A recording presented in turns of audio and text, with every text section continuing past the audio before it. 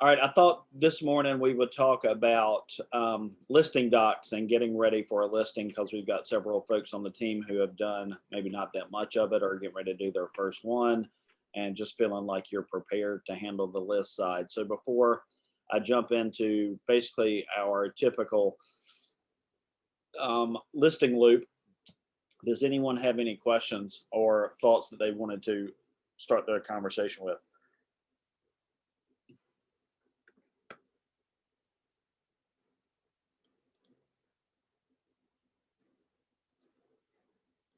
No?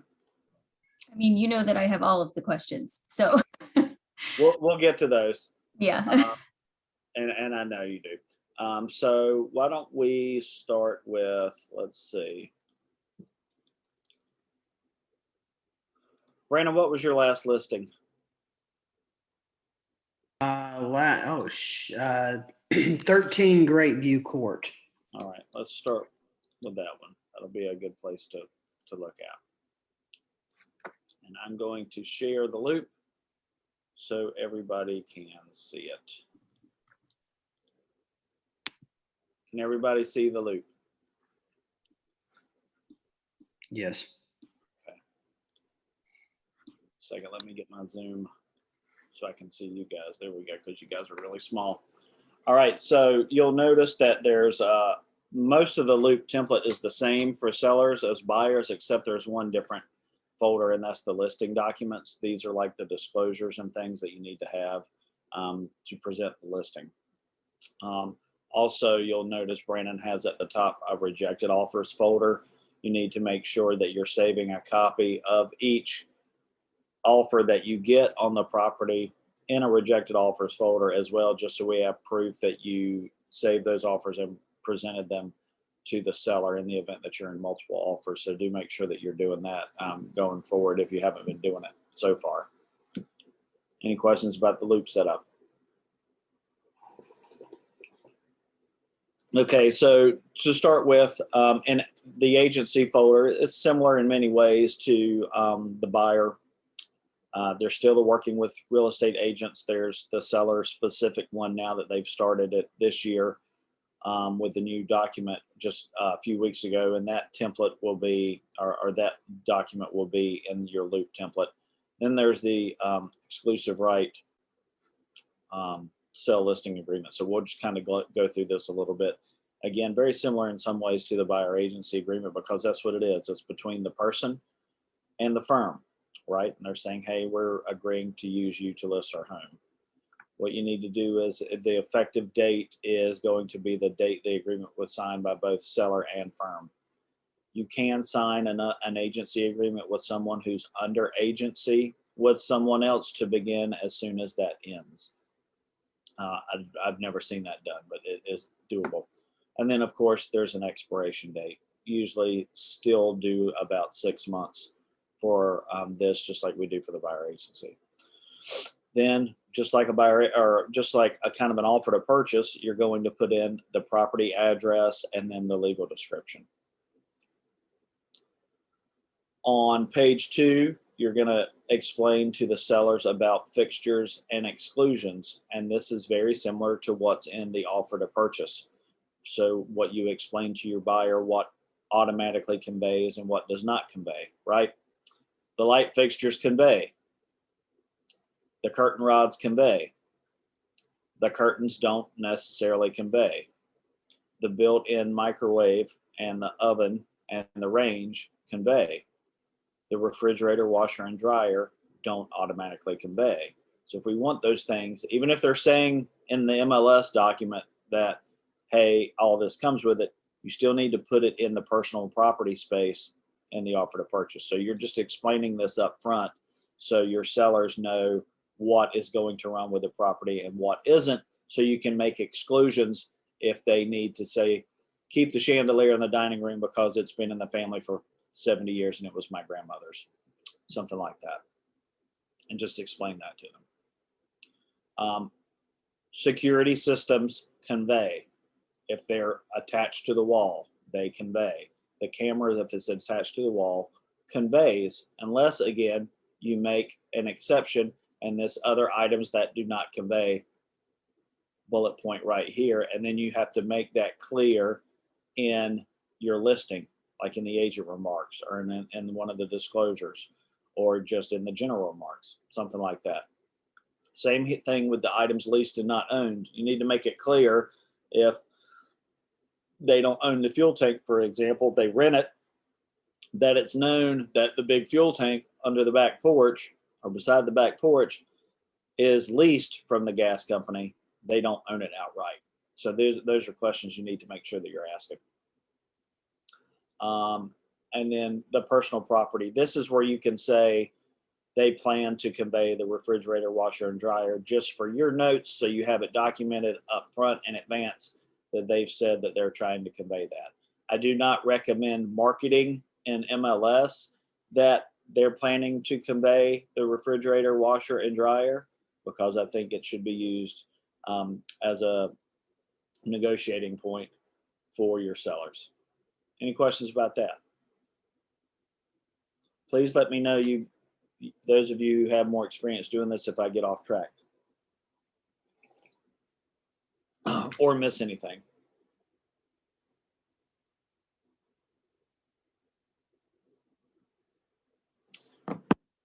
Home warranty. If the seller already has one or plans to market one, this is pretty self-explanatory. You put it in there. This day and time, it's probably not happening. It's always nice. And when the market evens back out, if you want to encourage your sellers to get a home warranty, because typically the home warranty is going to cover during the whole listing period. So if something goes wrong from the day that they purchased the warranty until closing, they'll also be covered. So it helps them avoid major expenses between now and then, which can be a nice thing because you never know when something's going to go wrong.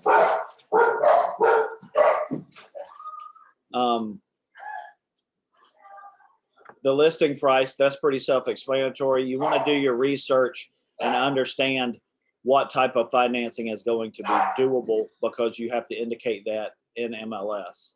So there are resources or links on the resource page where you can look up to see if properties are in USDA areas.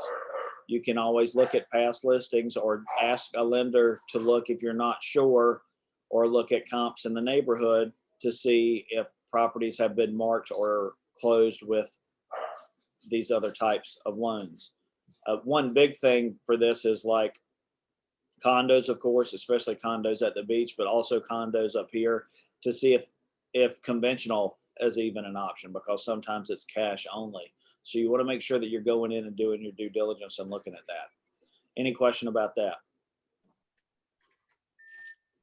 Not a question, more so a comment that is kind of in line with that. If you have a condo, I would encourage you, and even townhouses, I would encourage you to reach out to the HOA proactively to find out if there are any assessments and things of that nature. And also, I would encourage you to ask, especially if condos, if the HOA has any indication of if the condo is warrantable or non-warrantable, that can affect the loan type. He was just talking about some HOA managers are going to be clueless and have no idea what you're talking about. But if they don't know, it doesn't hurt to ask.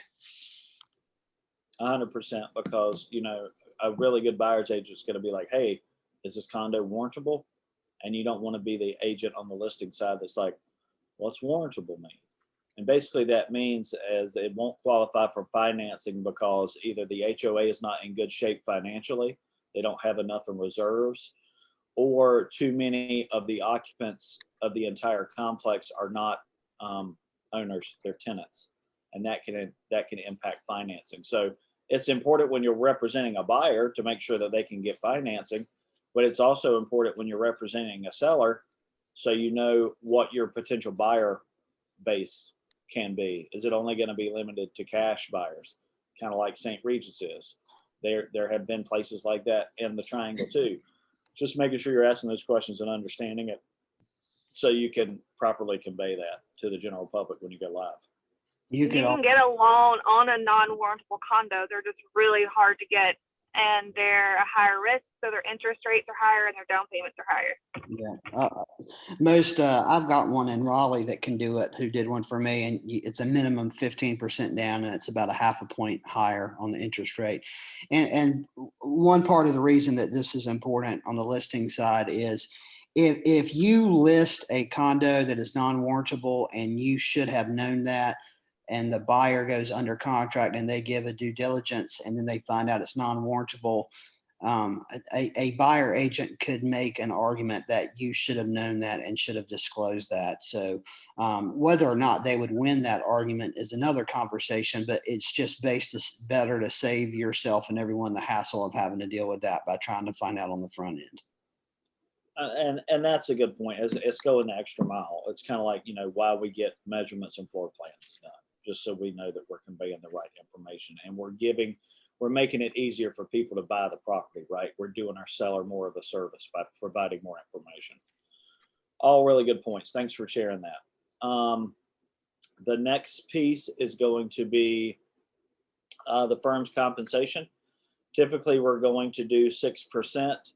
We try not to go below 5%. If you're representing someone that you're also helping buy, or maybe a past client, you can go automatically to 5.5% just to say thank you for the additional business. But that's typically where we are. And that number, especially to people who haven't sold in a while or ever, can be a little bit shocking to some people. Remind them that out of that is also the buyer's agent commission, 2.5 or 2.4%. And also remind them, especially now, that in this market, a lot of listing agents are discounting the fee they're paying to the buyer agent, and make sure they understand that that's definitely hurting the amount of people they're getting in the door. Be careful. Any questions about that? Also help them understand that the reason we charge a full service fee is because we're a full service company, and everything we do to market the company appropriately and put our best foot forward. And, I can't tell you how many times I've looked at pictures and, $700,000 home, and you can tell there's a freaking time stamp on the picture because the seller took, or the listing agent took the picture with their freaking old, I don't know, not even a Nokia phone, but like an actual camera. And I'm not talking about like a nice Nikon. I'm talking about one of those little deals that our parents have, the little silver boxes. So make sure you understand the difference, because if people don't come in the door, they're not going to write an offer. And we want to get as many people in the door as possible. Any questions about that? All right. This is typical, kind of like in the buyer agency agreement.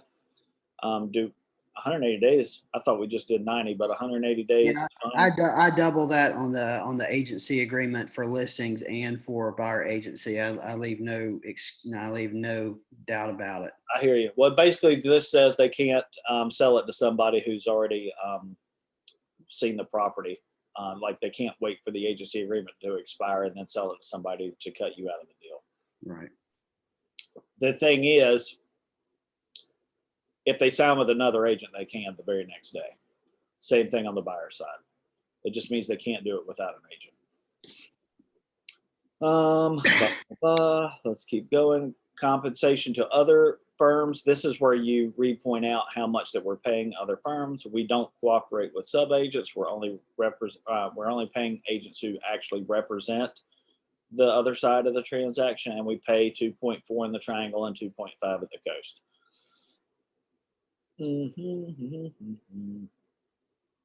Of course, have them initial everywhere that it's appropriate. We're not going to discriminate. Commencement of marketing. Just you select this, and it's basically saying, hey, we're allowed to start marketing the property as soon as you sign the agreement, and that includes getting an MLS, signs in the yard, etc. And that comes down here below. You want to check all of these so we can do all of these things. Even if we're not planning to do open houses or we're unsure, go ahead and have them check all these. Even if we're not doing coming soon, go ahead and check them coming soon, because we might go coming soon for one day. If they do sign the coming soon, make sure you click the coming soon box saying that they're also signing the other document because there's another document attached for Oh, doing. yeah, I forgot to check that. Hey, Doug, real quick on the executed marketing date. You may have missed this, or you may have said this and I just didn't hear you. If you click what I did and you can start marketing as soon as the agreement is executed. But if you check that box that I checked right there, at least in the triangle, that's the delayed marketing date, which allows you to go ahead and get agency, but you can't start marketing until that date listed on there if you check that box. So I think that date is April 28th.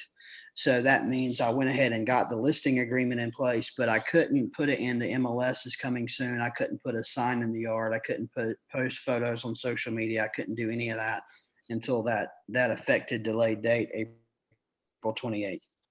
If you don't put another date in there, check that box and put that date in there, you can start it immediately. But if you change it and check that box and put that date in, you can't do any of that stuff until that date hits. Can I ask a question Please. as far as dates on the contract?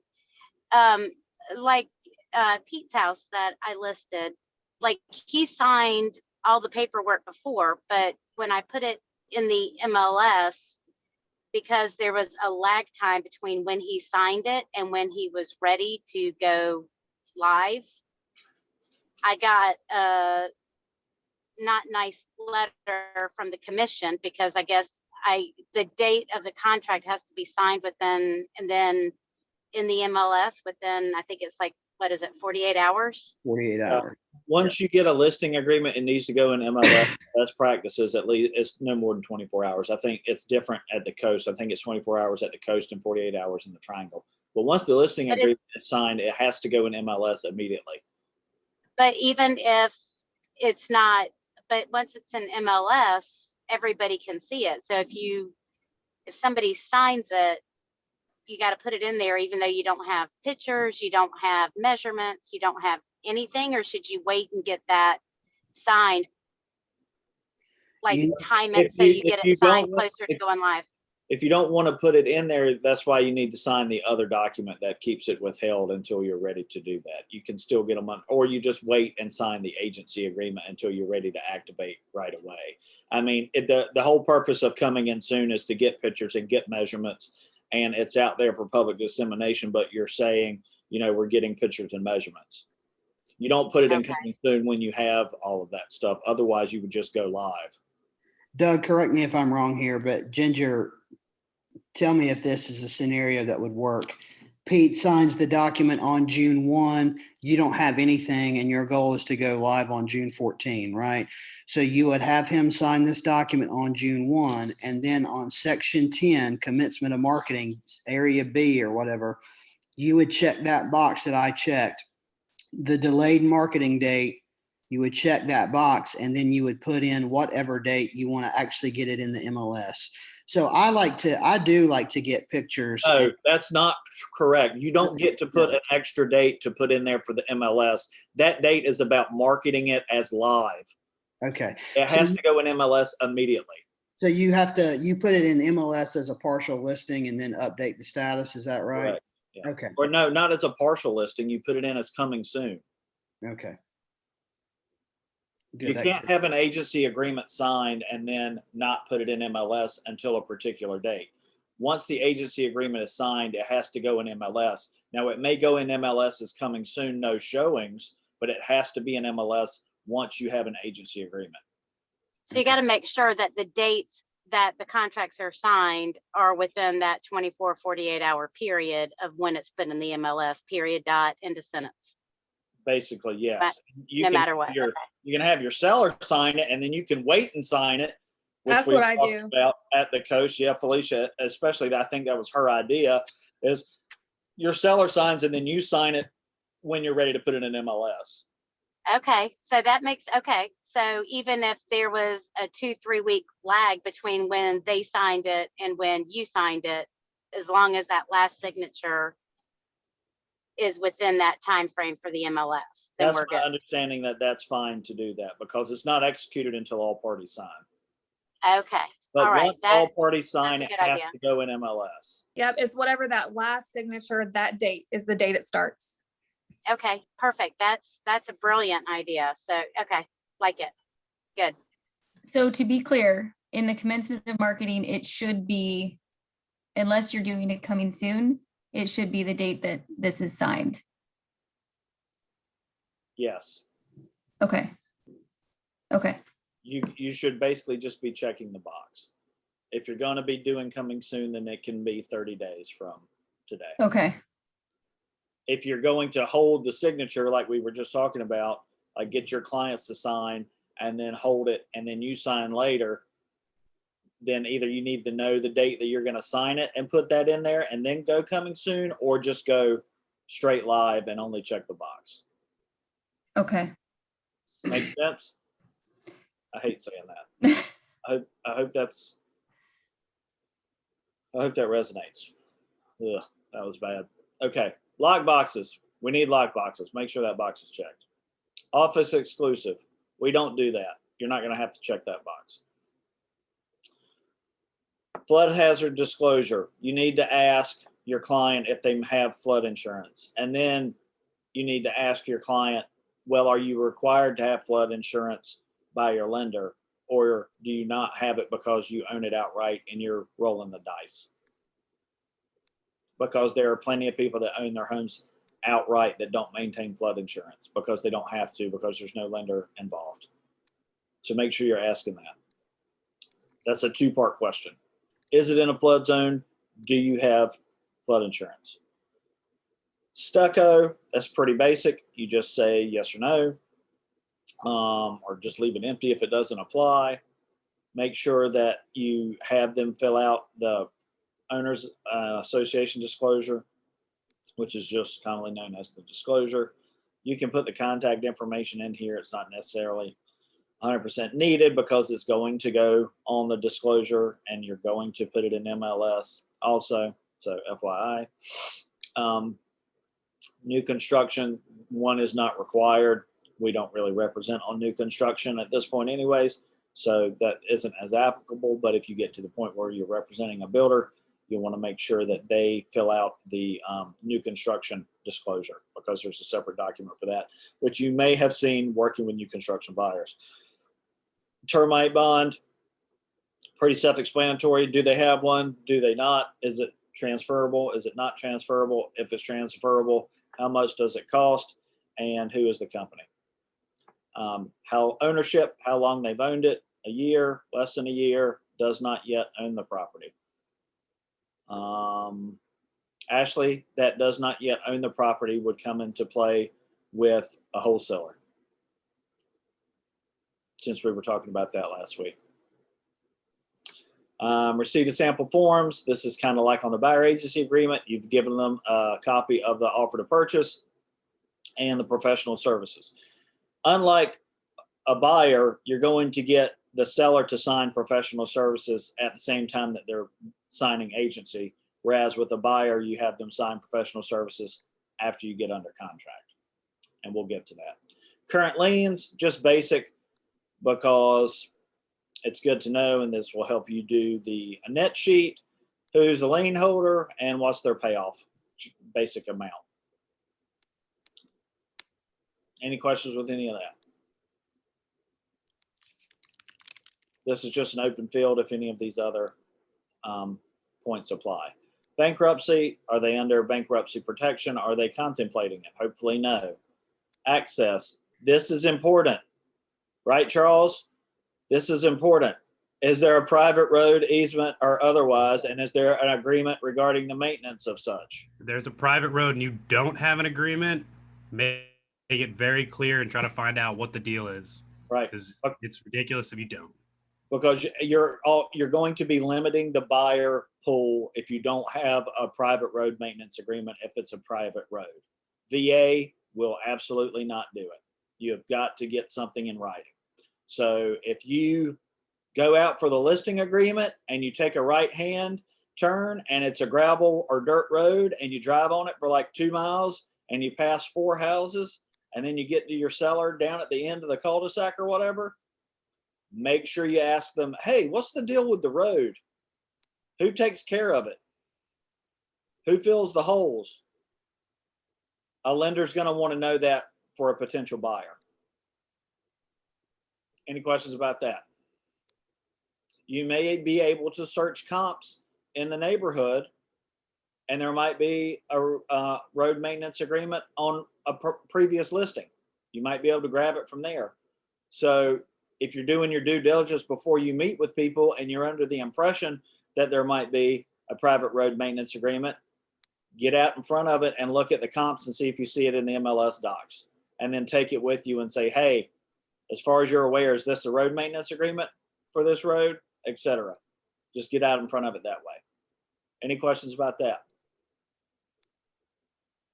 I brought Charles up because we just talked about it yesterday. He showed a property on like 13 acres and it zigs and zags across a couple of property lines. And he's like, hey, so what's up with the road? Who maintains it? Whatever. And the listing agent was like, huh? I don't know. You don't want to be that agent. So make sure you stay ahead of it. It's a very small line in here, but it can cause really big problems after you get under contract if you hadn't done things the right way. And then leases, is it subject to a lease? Is it not? Who's managing it, etc. FHA appraisal, these run with. So if you're aware that an appraisal has been done prior, then you disclose that.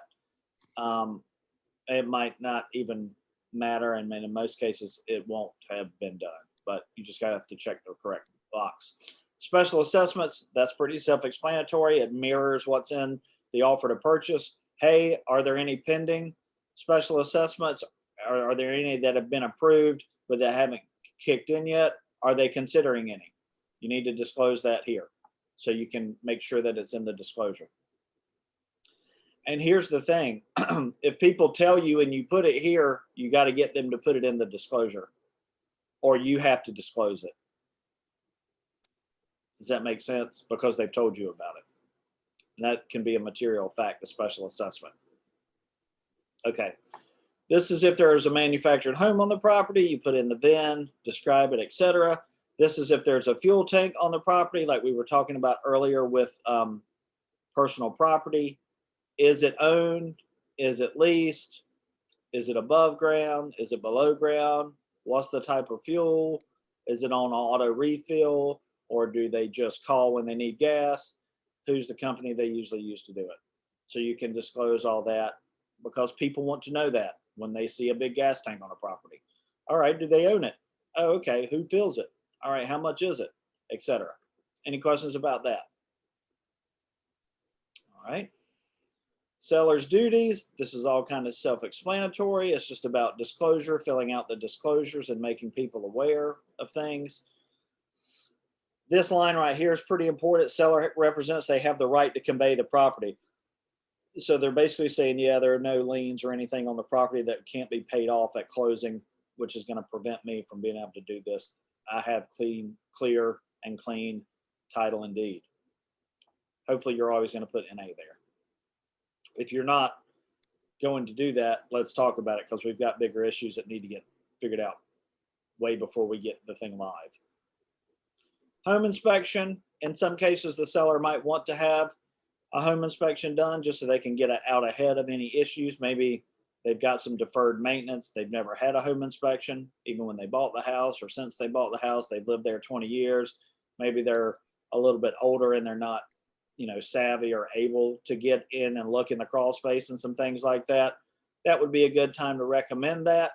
In this market, most people aren't going to do it. They'll be like, well, we'll figure it out later. But it is a good process to go through just to make sure you don't have any really huge items that you have to deal with.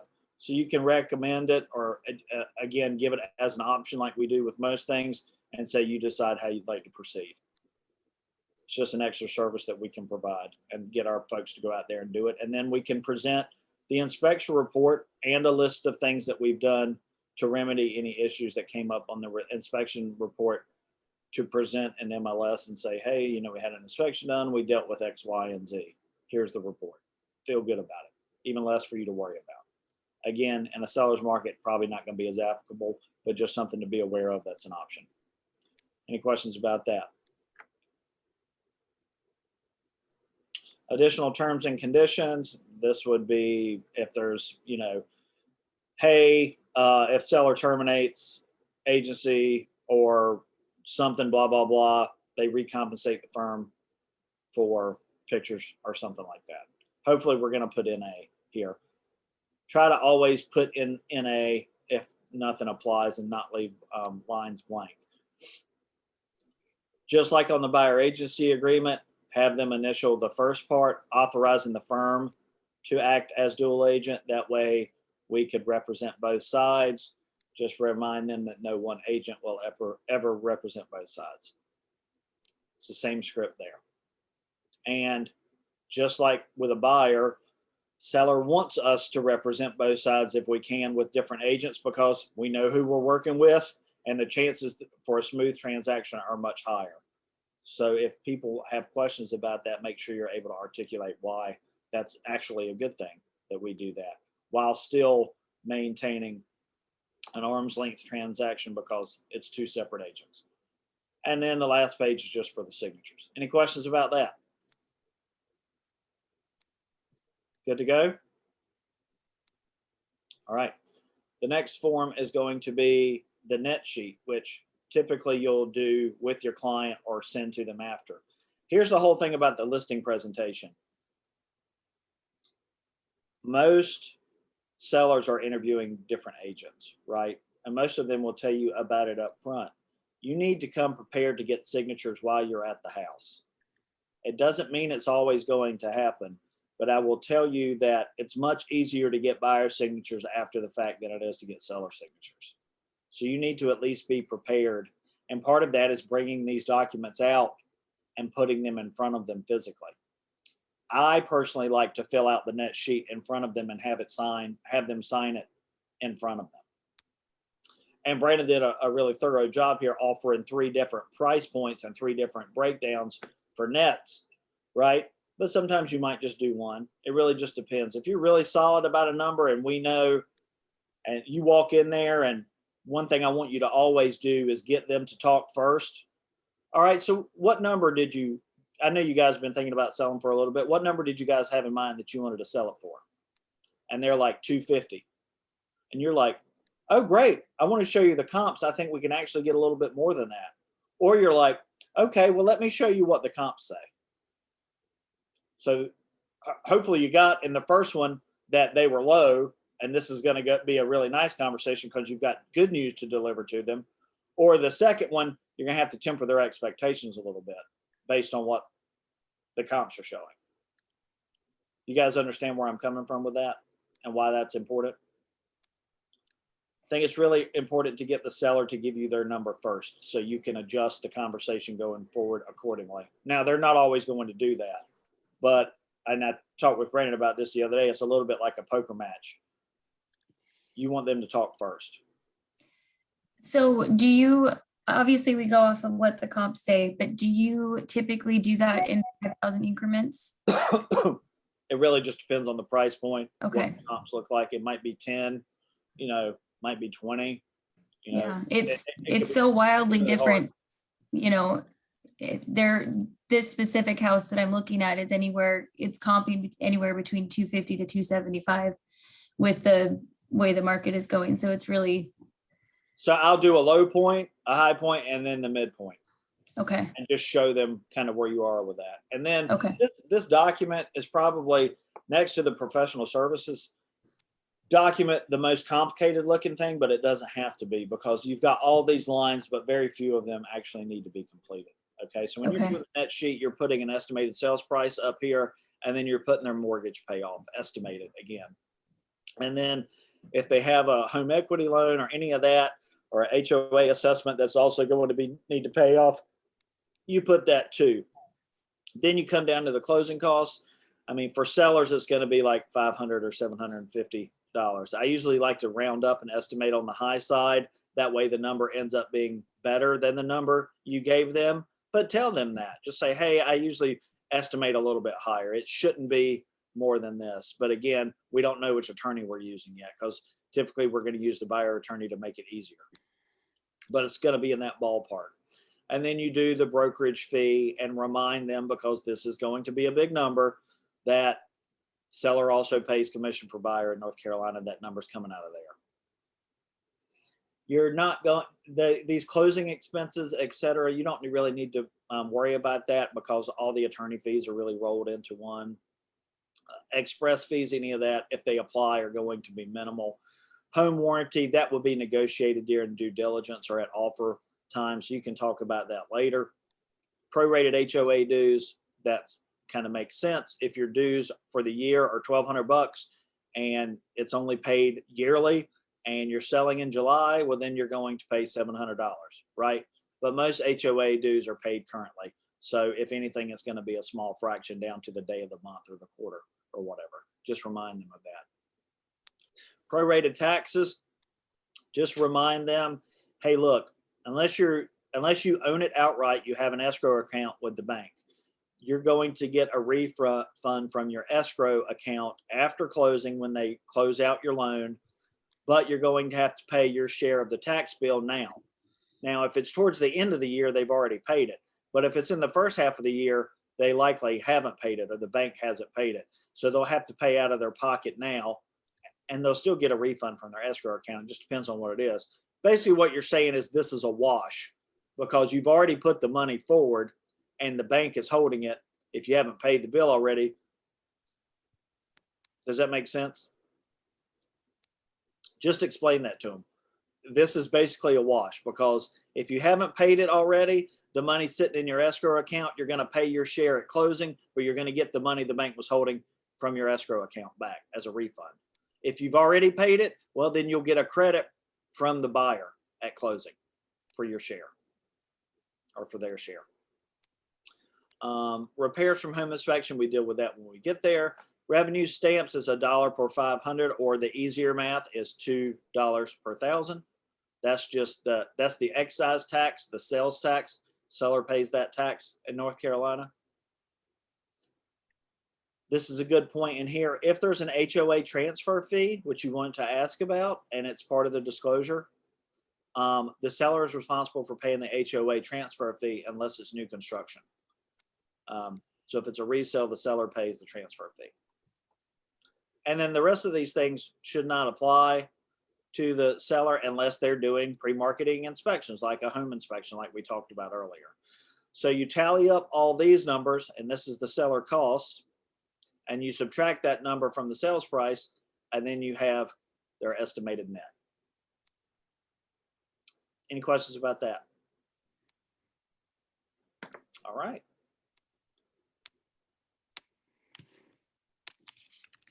I'm not going to go into the coming soon documents, because they're different for the coast and the triangle. So we can discuss those one-on-one when you get to that point. Just let me know. If you're not going to activate something right away, we'll talk about it. There are a couple of documents in here that I want to bring up. You can also share the questions and answers on home inspections, just like we do with buyers, just so they know what that entails. Make sure your sellers understand that even if a buyer says we're buying the property as is, which is happening in this market, that the buyers still have the right to inspect, and they have to give them access to inspect. And the power has to be on, and the water has to be on, and the gas has to be on. Make sure you recommend or remind your folks that. So we've got this document in here. We'll talk about this on another call, but as part of the listing presentation, you're going to go through the binder and explain to them everything that we do. Part of the binder is, hey, we're going to leave a binder in your home with MLS sheets, the disclosures, the floor plans, but also this other information that you can provide. So there's some information that I can't tell potential buyers about the property, but you can. So you can fill out the sheet and I'll include it. You can tell them why you love the neighborhood. You can tell them why you love the house. You can tell them all the features you love, and it's coming directly from you. And this is us going above and beyond and providing insight on why the buyers are really fortunate to have the opportunity to see this house and understand the seller's perspective, why they've loved living there. And you can put this document in the binder that goes in the house. You're also going to put it in the MLS documents so the buyer's agent can download it and share it with their client as well when they go show the house. And you can print this and they can handwrite it, or you can just drop a text box in it and type it in. There's also this document with utilities, just talking about who the providers are. I can't tell you how many times it's happened. You know, we're approved for $500,000 and we're looking at $450,000 houses. And then before we write the offer, we'd really like to know what their average electricity bill is. And I'm like, really? We're worried about that now? But we do this to help our sellers answer those questions for potential buyers. Again, why? Because we want them to have every question answered before they leave the house. We want them to be prepared to make an offer before they leave the house, because no box has gone on unchecked. So just provide this to your seller and have them fill it out, or just, you know, do it over the phone with them and fill it out, and then put it in the binder and then put it in the MLS docs. Any questions about that? And again, they're averages. You don't have to list January, February, March, April, May. An average. You could do a high and a low, whatever. Don't overthink it. We're just providing information. Any questions about any of those? Professional services, basically, on here, they're going to actually select very few. Just go ahead and have them select the buyer's choice for attorney, because it's just easier. Unless you've got somebody who's really insistent, it's easier just to use the same attorney. In this market, I definitely recommend for your listings that you put a preferred attorney in your agent remarks. Get them to use attorneys that we're used to using, so we know who we're dealing with. I mean, let's be honest, sellers are calling the shots right now, right? So take advantage of it. List the attorney we want them to use. And they'll do it probably 9 times out of 10 to strengthen the offer. Because what would you tell your buyers in the same situation? Anything to make them happy. We want the house. Who cares who the attorney is, right? And it's just a way for us to bring more business to the people who take care of our buyers. And then you want them to select photography and measurements, of course. All of these boxes are editable on the right-hand side if you need to plug in a new vendor. Or you can just waive, because what they're doing is selecting our vendor, not the service. They're selecting our provider. Does that make sense? So you can edit that. And then they sign on the last page. Any questions about professional services? Those are basically all the documents you need to have them sign to be under agency, to get it in MLS and put a sign in the yard. After you've done that, after you've got an agency, after you've gotten them to sign the net sheet, after you also want to provide them comps, just like we do for buyers, provide them comps and drop in there. After you've done that and you've got these additional info sheets filled out and the professional services filled out and signed, then we can do the disclosures. And for the disclosures, you can do it one of a couple of ways. You can send it to them and say, hey, print this and fill it out. And then when you do, they're going to be like, what the hell is this? I don't know. I think the best way to do it is either have it in person and go through it line by line and help them fill it out, or get them on the phone, read it to them line by line, check the appropriate box, and then send it to them to sign through Dotloop. Any questions about that? That applies for the property owner's disclosure, the mineral oil and gas rights, and then the lead-based paint if it applies. And when would lead-based paint apply?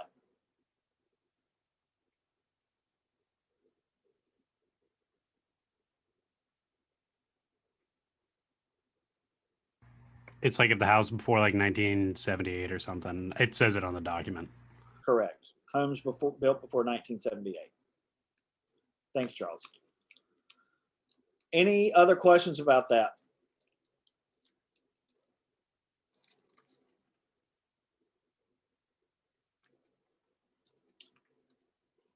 I'll point this out just because it's in here, but it's not really a document that we have to use. There's this pricing strategy. If you're kind of meeting with an unrealistic seller and they're insistent on listing high to begin with, this document is, I mean, you can't hold it to them, but it's basically, hey, we're agreeing in advance. All right, based on what we're getting from comps, this is the list price. Say it's 225, but the seller really wants to list high. They're like, hey, you know, the market's hot, or I need X out of the property or whatever. And you just can't convince them to be more realistic. Okay, well, we'll list it at 240, but let's agree that if we haven't gotten an acceptable offer and we're getting feedback that it's overpriced, et cetera, within 2 weeks, we're going to go ahead and reduce it to X amount. Any questions about that? That's kind of like a soft close in a little bit of a way to get them to close at a lower price. It's really about setting expectations. You know what? I can see how that could happen in this market. This is our plan B if it doesn't happen. So let's go ahead and get it documented that that's our plan so we don't have to adjust on the fly. Any questions about that? All right. Holly, did I answer any of your questions? Yes. Did I answer all of your questions? No. So what questions do you have? I keep getting asked by my lady when I'm gonna come look at her house. Uh-huh. And I don't really have time today to do it. They're not home during the day. So I'm thinking I'll go on Saturday if they're available, but I think she's really stressing now that we haven't listed her house yet. Like, she's really worried it's not gonna sell and then she's gonna end up with 2 mortgages. And so I'm trying to convince her that we're gonna be fine, everything's gonna be fine, Right. but take a hike, sorry. But I'm just trying to wrap my mind around actually going, like, seeing their home, going through all of this, you know. Okay, take a hike, get out of here, go. Sorry. You're good. And how that's all gonna go down, because I do not feel like I'm 100% ready for that, but I just am, here I am. I'm ready for it all, I guess. Holly, we can do a mock listing appointment if you want. I can come to your house and you can do one with me, like it's my house if you want, or we can do a pretend one. We can do one over the phone, Zoom, whatever's easier for you. Same here. Okay. Yeah. And there's one online you can watch. It's not, you know, foolproof or anything, but just to kind of give you an idea of how the flow is supposed to go and what the points are you're trying to get across. I mean, practice on your husband, Yeah, practice with Felicia. I would definitely take advantage of if you can get in front of a teammate and do it. I'm happy to do it on Zoom too. I mean, all of those things. It's going to be tough for anybody the first time that you do it. The good thing is they're already your client. You've already got them under contract. What you need to focus on talking about is we're going to put your best foot forward as long as you do X, Y, and Z. Make sure it's decluttered and depersonalized and nice and clean and the yard's in good shape. So when we get our professional pictures done, which are going to look amazing, that people are lined up to come and see it. And, you know, if we schedule pictures on Monday, for example, the picture should be ready no later than Wednesday. And then we can activate on Saturday, do an open house Saturday and Sunday, and hopefully have an offer or multiple ones Sunday night. right, okay. Unless the comps in the neighborhood are all double-digit days, there's no reason why that can't happen if you price it appropriately. Right. And so then with pricing it appropriately, like she had her friend, I remember telling you that she had somebody she was interested in looking, and she's like, well, I'm pre-approved for 250. And Jamie, my client, is like, well, I think we can get more. You might be able to, I don't know yet, but you know, she probably can get more. But how do we then price that to help ensure that we'll get more? What do the comps say? Like I said, anywhere between 250 and 275. If you list it on the high end, you're gonna have fewer offers. If you list it on the low end, you'll have more offers, but you're not sure that you'll get to that point. Right. What I would say is, let's take another hard look at the comps and make a good decision. Obviously, they don't want to start at the low end, and I wouldn't recommend that either, especially in this market. Right. If the days on market in the neighborhood are single digits, there's no reason not to start at the very least, like in the middle of that range. Okay. And starting in the middle will be good because there's room for improvement, but also it's more than they're willing to settle for ultimately if you have to back down for some reason. Right. Okay. I think that's usually a good approach. There are so many agents that convince their clients to underlist the property, and then they brag about getting $50,000 over list price. And I'm like, well, you listed at $40,000 under market. Right. So what have you accomplished, especially in this market? I prefer to operate on the market is going to tell us what it's going to sell for, and this is what it's telling us today it will probably sell for. So let's price it at that. Let's make it look great. Let's get it in coming soon so people are anticipating it and are lining up for it, and activate it on Saturday morning, have open houses, and then be wrapped up by the end of the weekend Okay. to provide you a minimal discomfort or, having to be out of your house with all your kids. Right. So if I go over there Saturday, it's not out of the realm of possibility to have photography done on Monday and have it listed by the following Saturday. Well, I would ask her before you go, what shape do you feel like your home is in? Do you feel like you have a lot to do to get it ready for pictures? Because I'm going to go ahead and line up pictures for as soon as possible next week. You don't want to wait until Saturday. Right. Go ahead and call our guy and say, hey, I'm meeting with this person Saturday and should be getting documents then. Can you go ahead and give us a time on Monday or Tuesday? Okay. And then that way you can explain to her, if we do that, you go ahead and sign the documents. My photographer will be here early next week. It's a 2-day turnaround time. We can go ahead and pre-market it for the rest of the week and then activate it on Saturday. Okay. If they're in that big of a hurry to get it listed, that's exactly what you can do. Okay. Okay. And then as far as getting over there as soon as possible, today's Thursday, so it's not like it's that long, but a good script will be, well, I don't want to come, and you don't have much of an excuse for that now because it's light until like 9 o'clock, but Right. I want to be able to see everything in daylight and all of that stuff. I don't want to come at night because then I can't get a good idea of the property or whatever. Right. Well, I think I'll probably just suggest to them, how about we set up a time on Saturday, because then that way you both can be there, because That's either also a good point too. they're both working and, Yep. they can be there and be prepared for me to be there and not And just focus on it. And it's o'clock not when they get home. we're trying to make dinner and feed the kids and talk to you at the same time. Let's make sure that we've got time just to step away from everything and focus on it. Right. I Okay. think that's an excellent script. Okay. Okay.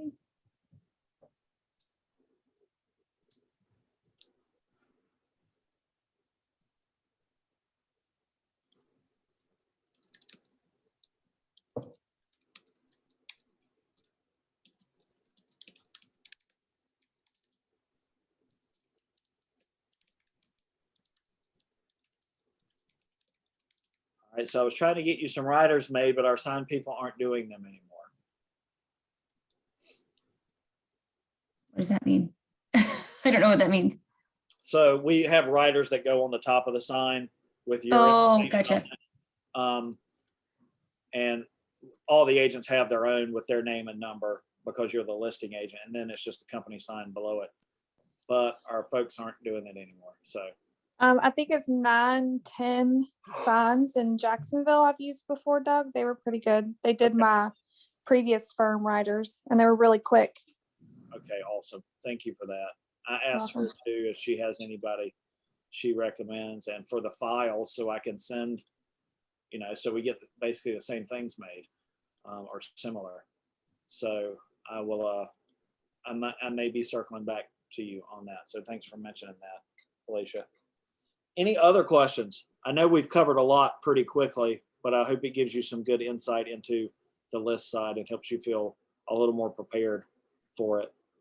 Don't feel overwhelmed. It's no more overwhelming than working with buyers. It's just you're coming from a different angle. Okay. What you need to understand about working with sellers is it's fun to buy a house. It's not always fun to sell a house because people share their opinions about your house, which Right. people take personally and can't see past. Well, hey, it's not going to be your house anymore. Get over it. Right. It also makes you a better buyer agent after you've been through this experience once or twice, because it makes you consider a different way of looking at making an offer once you've been on the other side of the table and you deal with all the emotions and the things that the seller goes through. Right. Okay. Makes sense. All right. Well, try to digest that. And then I made a lot of notes. let me know what other questions you have. Okay. I hope that was helpful for everybody else. Any other questions? All right. Thanks for playing, guys. Have a great afternoon. Thank you. Bye. Bye.